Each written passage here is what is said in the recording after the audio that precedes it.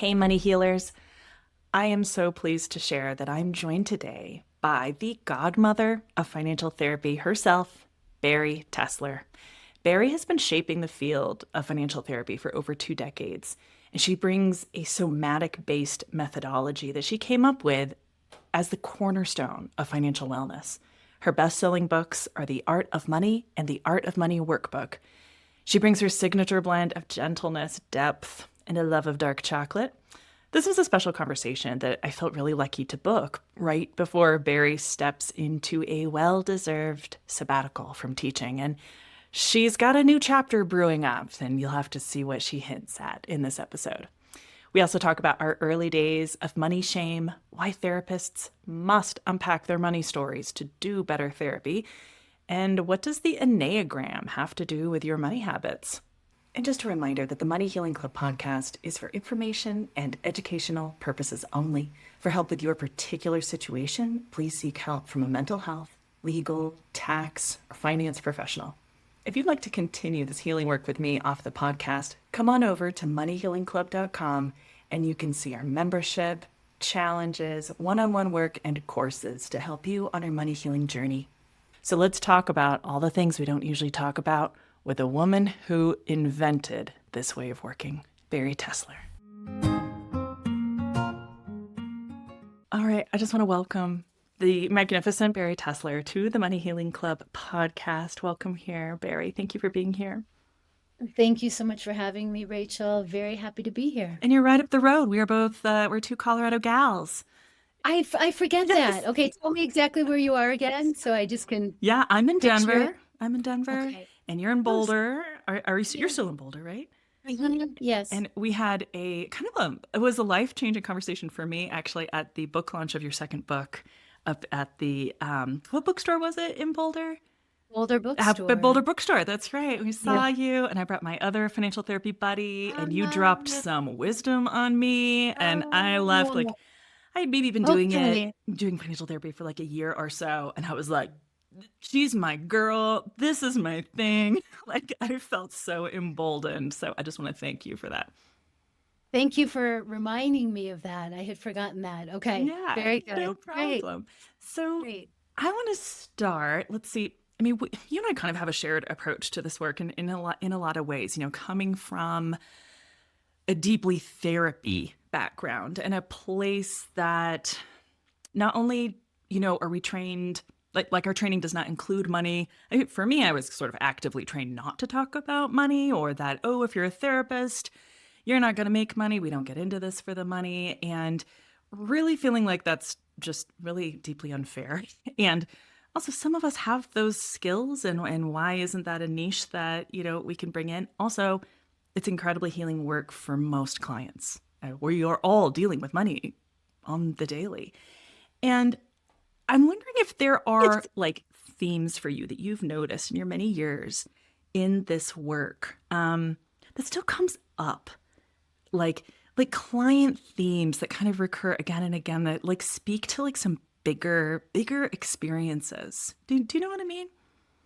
There's hundreds, so Yeah. I can never really answer this question. And I've been doing this work for 25 years, but I can reflect back a few things that you're saying or that you're speaking to. Is one, you and I both had very experiential type of trainings as a psychotherapist. So that's different than someone coming from a financial planner background or accountant background or so on. So we're steeped in this training. And I always say that my somatic psychology training in my 20s saved me and really got me through my 20s and gave me the skill sets and the somatic tools to help me move into my 30s and so on. And now, you know, I'm heading into the second half of my 50s. So that informs everything for me, everything. I always tell the story of the first evening I gave my very first workshop in my living room when I was living in Sebastopol, California, sitting in a circle with 10 people.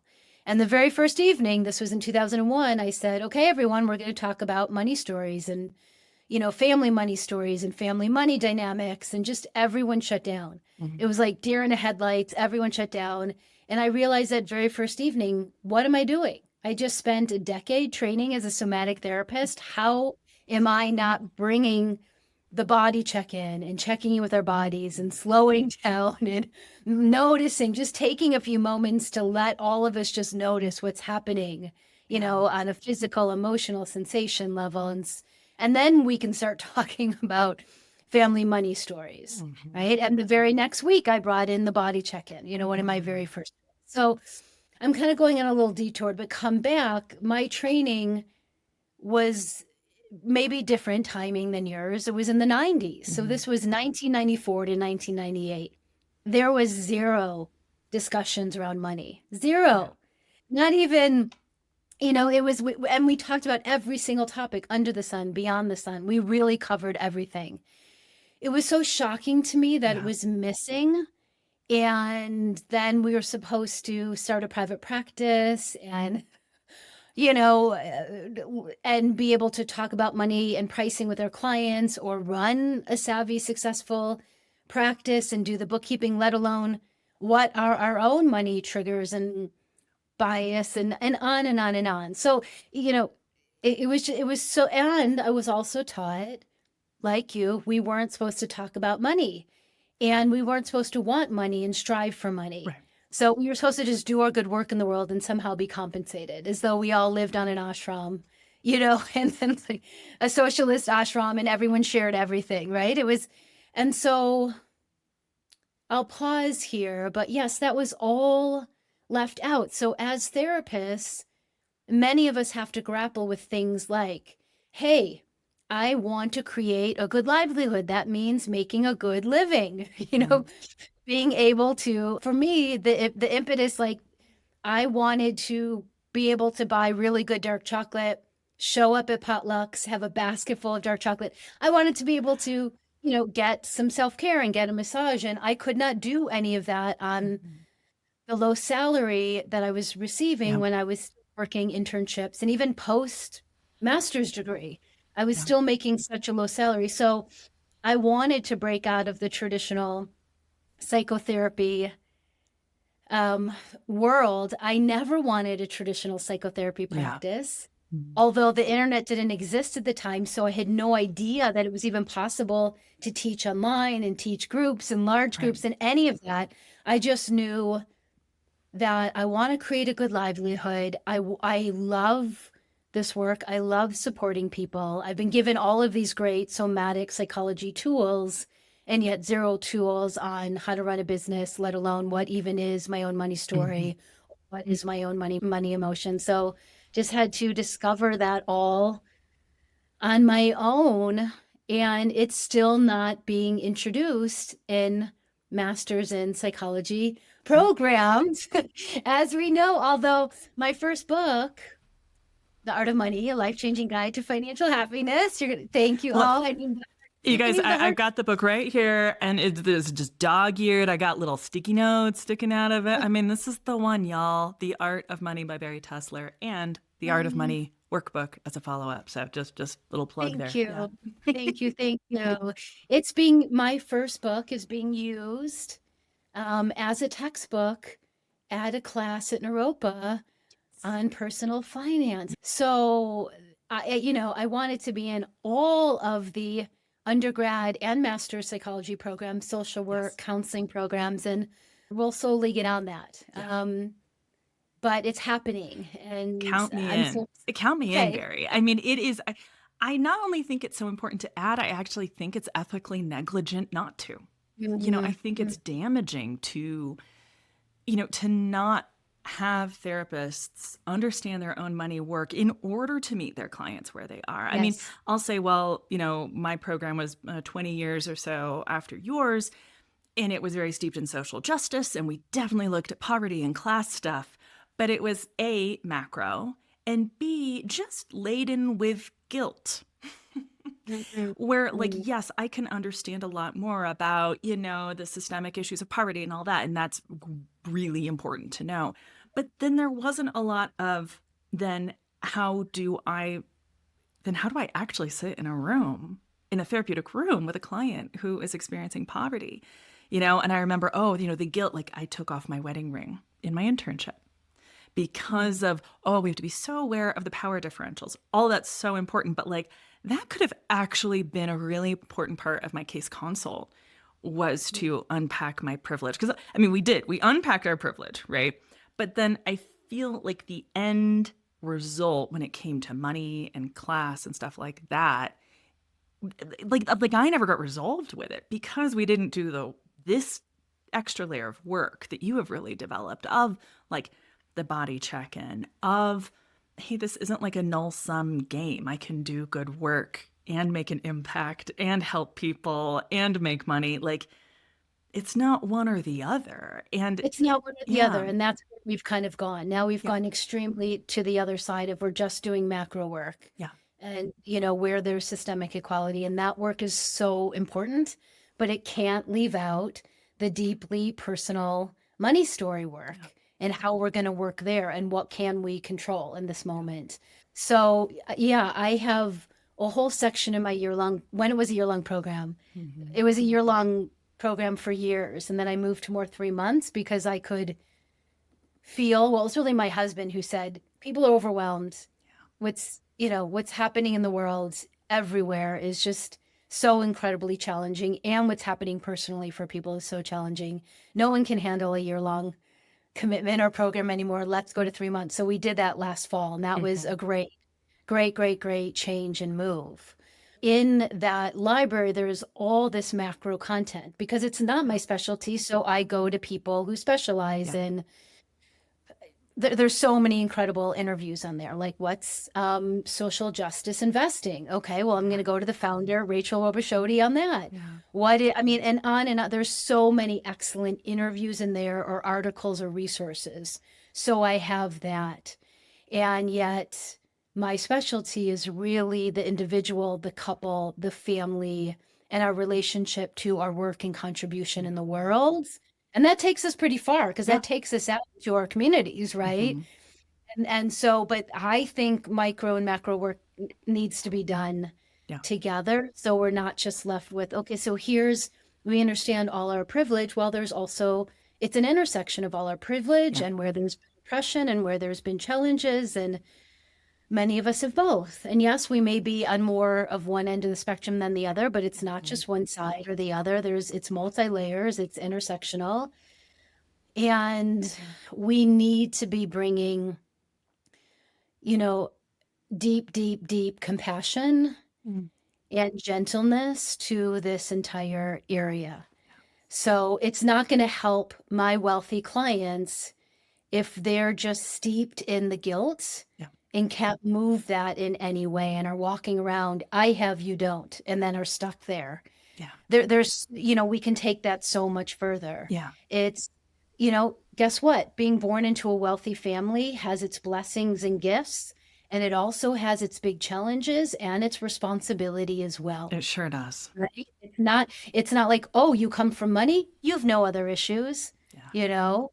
So everyone needs to unpack the family that they were born into, the beauty of it, the challenges of it, and really just adding in gentleness and compassion for everyone's story, yeah, So, I mean, there's so many layers to yeah, working with the entire economic spectrum. And I've always had folks from that full spectrum, um, and ages 25 to now 85. It used to be 70, but I started getting folks in their 80s mm-hmm. taking my programs as well.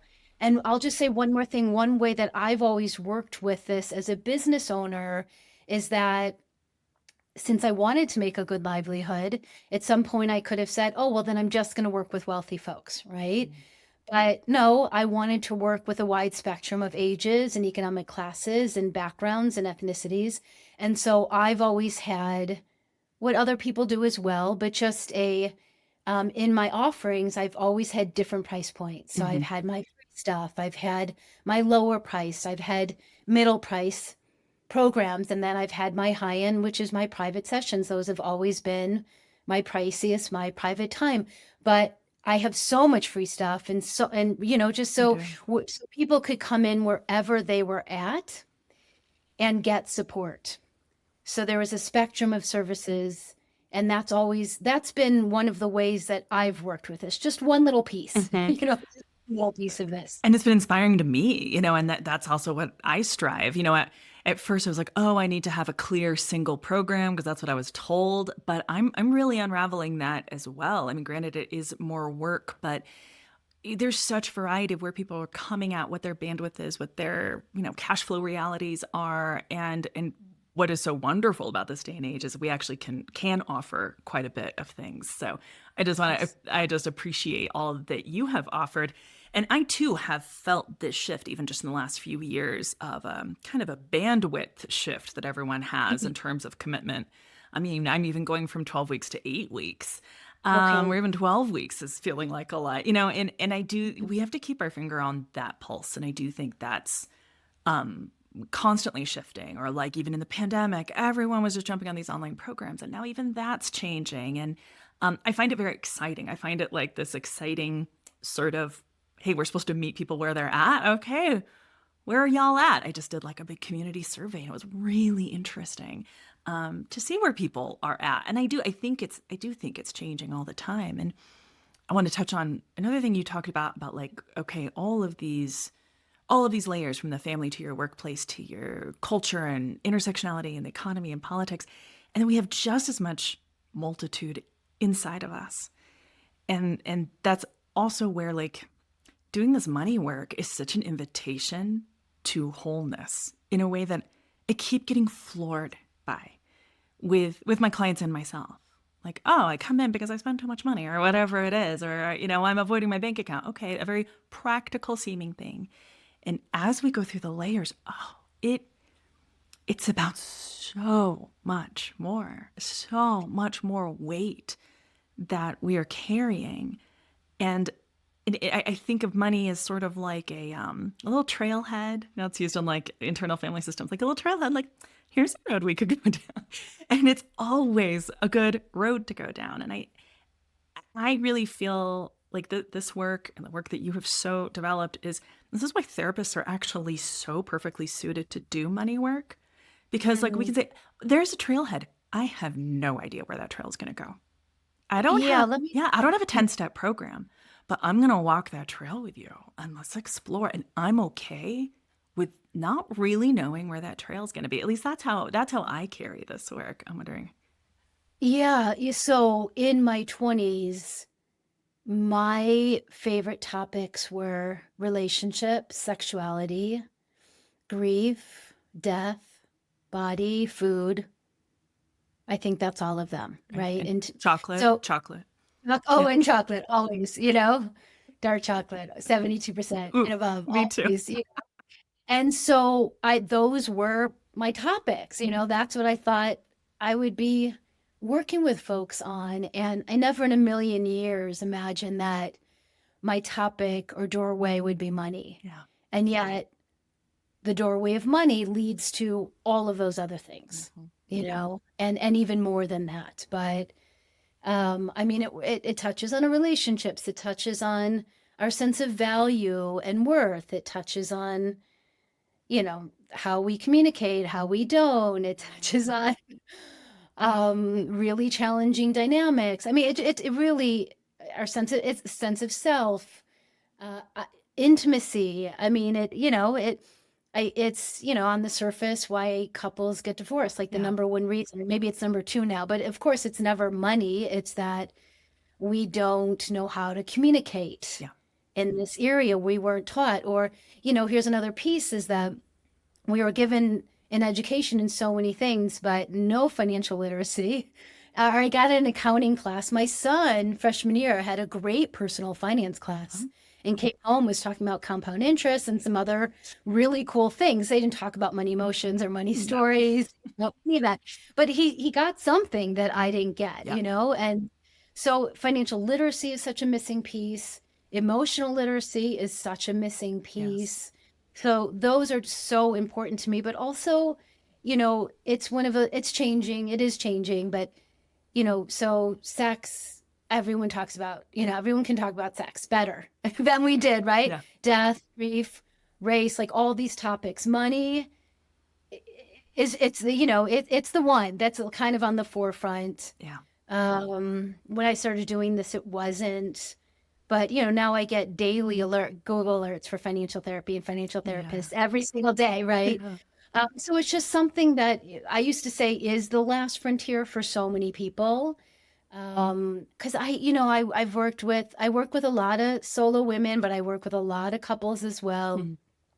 And so many couples who have a great relationship in so many ways, like great communication, great sex lives, great. I mean, that this all change, like Mhm. goes in ebbs and flows. I don't Yeah. want to say like they're great, but money is where they fight. And Yeah. it's more just they were never given the tools and skills. So much is swept under the rug or so much is unconscious. And so, how do you even go back to the beginning or start Mhm. with a clean slate and say, we're going to have a completely new kind of money date where we're not Totally. whipping out the spreadsheets and looking at the numbers first or running to a partner while they're in the shower with their credit card statement or right before bed and talking about like there's just so many things Right. of relearning or doing things in a new way.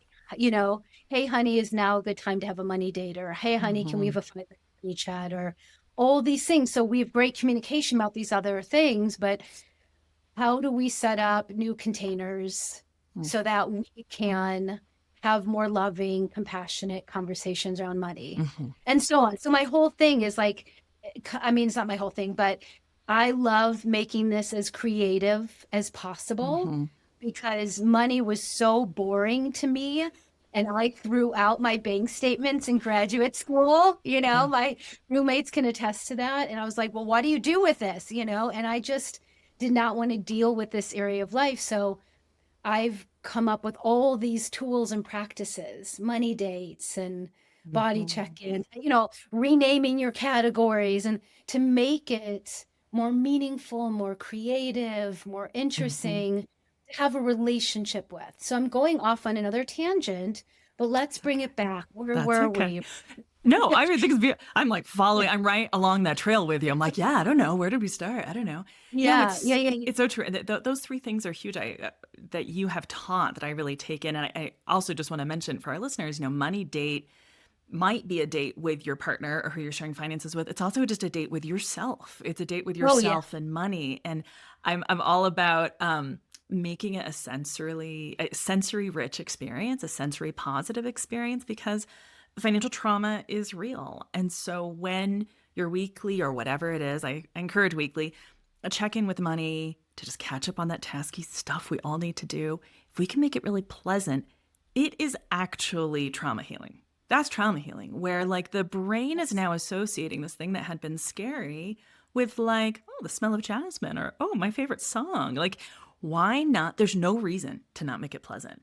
And actually the reason to make it pleasant is that it is going to start healing that trigger, that freak out that you might have around money. So I love that. I love how you've brought that in. And also, a lot of clients come to me because they have been avoiding their money. There are some very practical pressures they have. And I say, we can't really be a weekend warrior. It is the touching. It's just touching money in a lot more often in a really pleasant way. And that, the ups and downs and the big emotions and fear you're feeling about it, it will gradually become like brushing your teeth. Something you do. It's And fun. it's either self-care practices, Yes. right? And how you create them, it's the touch-ins at the beginning, more often 5 minutes a day. That could lead to 15 minutes twice a week. Yeah. That can lead to weekly.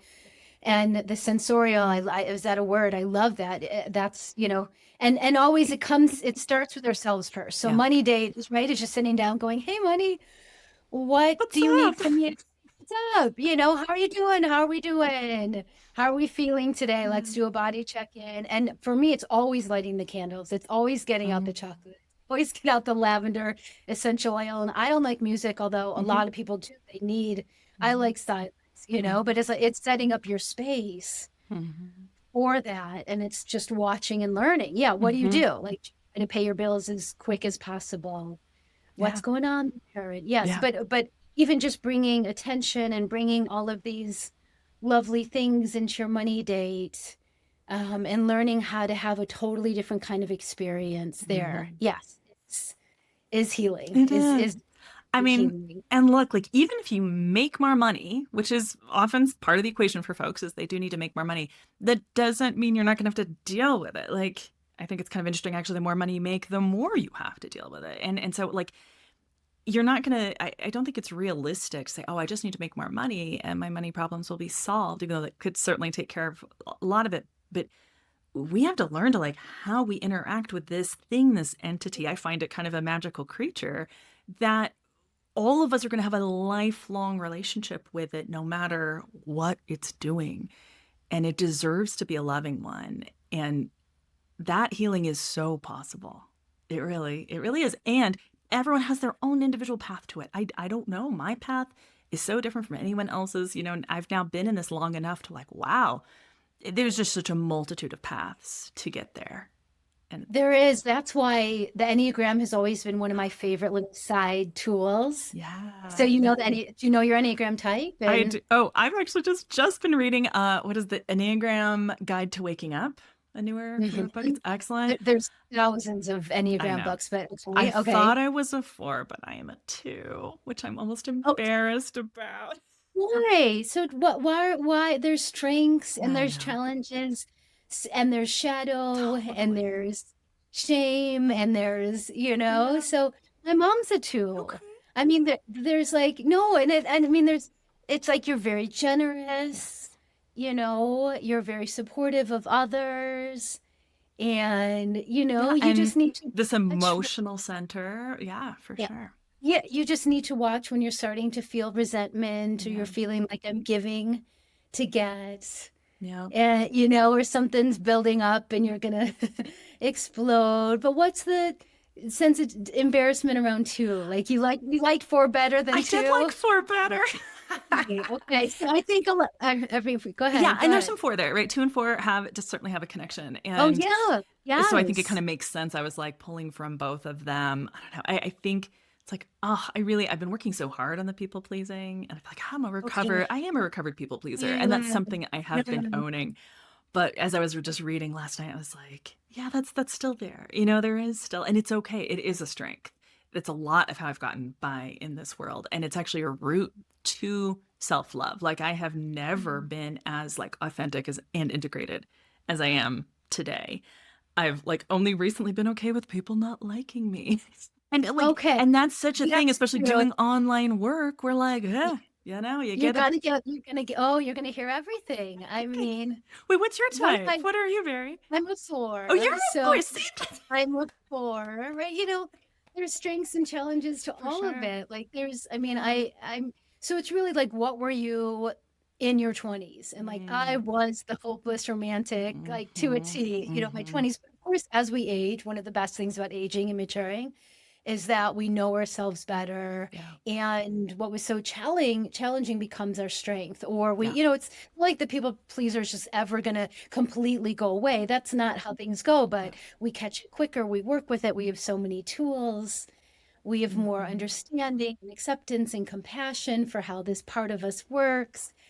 For me as a four, it's more about like my emotions can be so big, and I used to believe every emotion. Sometimes I realize, oh, it's just an emotion. Yeah. It's just a passing emotion. I don't need to take every emotion so seriously. Yeah. Which is really hard for fours. Yeah. But I don't look at it as like our money emotions are just going to go away one day, or we're going to figure out this money thing or make so much money, Mm-hmm. that we're done. It's we've already said, like, it's lifelong work, it's a lifelong journey. And I was bringing up Enneagram because every type is different. Like a Yeah. 7 is always going to say, what's their solution? Make more money. Like they're, Yeah. Yeah. you're way into, like, everything's a possibility. I'm just going to make more money. And they hate looking at the numbers and looking at the bookkeeping systems and, but it would be really incredibly empowering for a 7 Mm-hmm. to get someone to sit down with them and learn a bookkeeping system and start tracking the numbers and know that, I call that like just having your feet, the soles of your feet, like on the ground, Yeah. in the grass. Yeah. It's with your, like, everything's a possibility. I don't want to take that away from someone. They're visioners, they're dreamers, and they can make more money. Mm-hmm. And that's a great option. But again, it's not going to solve everything. I know so many over earners. I know so many high earners that go into debt Yeah. because they're not paying attention, because they're not looking, because they're not spending in alignment with their values. They're not really getting in there. So you need both. You need both. Absolutely. It is, and not every phase is earning more and saving more No. and giving more. Those phases, but so that's why I was bringing in the Enneagram, because it is like, what's your type? What are your behaviors? What are your go-to? What are your strengths? What are your challenges? All of that. For me as a 4, like my work just has to be incredibly meaningful and creative. Yeah. Well, Yeah. if I'm going to make money, which I like to do, and I'm about to go on sabbatical, so that's going to be interesting, right? Ah. But so that, it has to be Yeah. deeply meaningful and creative, or I won't do it. I just absolutely Absolutely. won't. Absolutely. You may be interested in Kara Crossway Brindle here in Colorado as well. She's a financial therapist and has just published a book on the Enneagram Yes. and money. Yeah. Yeah, she's interviewing me next week. Yes. Oh, see, So, we all yes, know each other. we all She's know so each great. other. We all know each other, even though I wasn't a part of the Financial Therapy Yeah. Association, because that came 8 years after I already started doing my financial therapy work. Yeah. But over the years, I've been in touch with a lot of folks from these communities. Yeah. Yeah. It's Yeah. great. It's a beautiful community. I actually just Yeah. I heard need to read, I need to get her book. you I should need to get absolutely get her book, and it's a great collab with her and an Enneagram, specialist, and they collaborated on Okay, it, good. which is great. And yeah, I heard I was not able to go to the Financial Therapy Association conference this summer, but apparently it was a total party. So it really is. It's this gorgeous movement. I think you were such a big part of kicking this off, even if you were not formally involved. Like, I think we all reference you, I know I do, as the wonderful godmother of financial therapy. So I actually just want to ask you, the reason that I had reached out to you is I saw on LinkedIn this you so beautifully described, I think, was it a phone booth in the forest calling you? Yeah. Was that it? Yeah. In the desert. In the desert, excuse me, in the Well, my desert. husband's name is Forrest, and Oh, he wrote that. So he wrote my letter. We've been collaborating for years and oh, he years did and a great years. job. It was so Yeah, evocative. Also, just like as right. an art therapist, I was like, I see it, Barry. I see it. I I s- hear the phone ringing, and the red phone the in the red desert. phone in the desert. Yeah, Yes, yeah. it feels very Wes Anderson. It's like a Wes Anderson film. Mm, mm. And without divulging too much, I'm just curious. What is your sense of what you're being pulled to next, or what's calling you next? Obviously, it's a step away. It's a real change, and I don't know what you're Yeah, comfortable sharing. yeah. I appreciate this question. I just shared a teeny bit last night because I'm on class 11 of 12 classes of my final Mm. 3-month Art of Money group. And so, after spending my 20s training to be a therapist and working internship works in the mental health field and hospice and leading authentic movement groups, and then for the last 25 years teaching financial therapy, Yeah. right? In small groups and large groups. And so this September will be my 25th year. Mm. I started getting a call, it was about 19 months ago, like a call from the red phone in the desert. And that I need a break. Yeah. Yeah, and that I'm coming to the end of my financial therapy work. Mm. And it doesn't mean that I won't continue some kind of legacy work behind the scenes, create products, and that feels exciting to me. But I need a break from teaching and speaking and interviews. So this is one of my last interviews, I feel so lucky I got to sneak you in. Yeah, thank you. Thank Thank you. you. And I just, there's a lot of intuition here. There's a deep, deep, deep soul calling. I'm stepping into my 57th year in January. My second Saturn return. I need to look into that more. Mm. What does that mean? I'm an older mom. I have a almost 17-year-old. And so it's everything from this phase of life to doing this for 25 years to really needing a break from interacting and teaching and supporting and Yeah. holding. And I really, really deeply do. But as far as what's next, this is what's interesting, is that I have an inkling, which I'm not ready to share yet, um, of what's next. But I also just want to step into that desert, Mm. silence. And we're going to the desert this Sunday for a week, which is Mm. Taos, New Mexico. And I need to step into the unknown Yeah. and really just deeply, deeply, deeply listen. There's important family stuff I want to be present for. There's travel I need to be present for. And so I'm aware that there will be legacy work that we'll do, products Yeah. behind the scenes, but there's other work calling me, and I really need the time and space to step into that. And it's a year sabbatical. So I'm saying I'm not teaching and speaking and doing interviews for a year, and I don't know Yeah. if I'm coming back Yeah. to this, to doing that, because I think other work is calling me that I'll Yeah. share at some point Yeah. down the road. So that's all I know. And as our family, the way my husband and I have always done it is that he's worked in my business, he's run things behind the scenes, he set up my teaching platforms. Like when I had my 17 years ago and I had to recover, he got me set up online so I didn't have to leave the house for work, which Yeah. I love. So I've been online for right before that. I used to drive, one night in San Francisco, one night Berkeley, one night Marin, living in California to teach a different class. And so we've always been like, he's been in my business, but he'll work for other companies or he's run his own Yeah. businesses. But we've been 50-50. Or sometimes I'm 60-40, sometimes he's 60, I'm 40%. But there have been times when he said to me he needed to move into something else and he would take 6 months to figure that out. Yeah. And I've been in my business for 25 You've years been straight. chugging along this whole time. I mean, well, Yeah. I've been the steady, steady, steady, even though I've had many different business models and so on.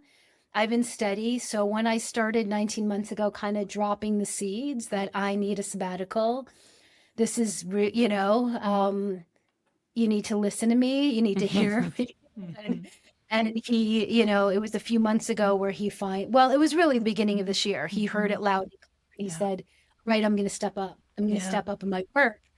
And got a new client. And then last night was offered a full-time, Oh, amazing offer with congratulations. an e-commerce company. So within 2 weeks of my Yeah. sabbatical, and we had other things, that are happening for revenue and stuff, but still, this is huge. And so he's been needing to get this piece in place for our family so that I could step away. To allow you to step away. It sounds like Yeah. you're doing it in just the most for way that you can.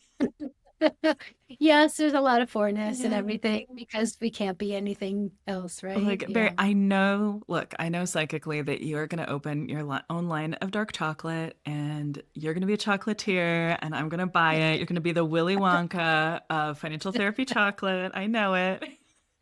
Did I guess it? I tell me I did. That's one good idea. I think that was an idea for many, many, many, many years, but I don't think that's it. But what was the one movie? Chocolat. It was a French, Yes. right? And afterwards, I went to, it was right next to Whole Foods, and I went to the chocolate aisle and I was just conducting, what kind of chocolate you like? Do you want milk chocolate? You want dark? And I was just giving everyone recommendations in the chocolate aisle. So Connoisseur. I mean, but I did learn how to cook and bake during the pandemic when I turned 51. And that's something that's really important. But there's something else. Yeah. There's something. I will buy anything you're selling and follow you wherever you go. And I just want to express just deep gratitude for this time here, for these 25 years and your 57 years on this earth, because you are a gift and you've given this world a gift and have inspired so many people to expand this incredible thing that you got started. So you are truly a trailblazing founder here. And I hope for you that this sabbatical is not just a way to step forward, but a way to really reflect on that legacy and integrate it in. Because I can imagine if you've just been working and working and working, to really take stock of this incredible thing that you've built. And I am eternally grateful. So thank you so much, Bari. Thank you. Yeah. Thank you. Oh, I'm getting emotional. All right. Well, I wish you a very wonderful day and thank you for being here. You too. Thank you. I hope you enjoyed my conversation with Bari Tessler. I sure did. What a legend. Even though she's stepping away from this work, you can still check out her website, baritessler.com. That's spelled Baritessler. And you can get her books anywhere books are sold, but I do suggest you go to bookshop.org, which contributes a portion of proceeds to independent booksellers. Did this conversation bring up any questions for you about the money healing process or about Bari's work or Enneagram type? I would love to get your voicemail to feature on a future episode of the podcast. Head on over to moneyhealingclub.com/podcast. You'll see a big orange button where you can leave me a voicemail from your browser or phone any old time. Thanks for listening and subscribe to get all future episodes.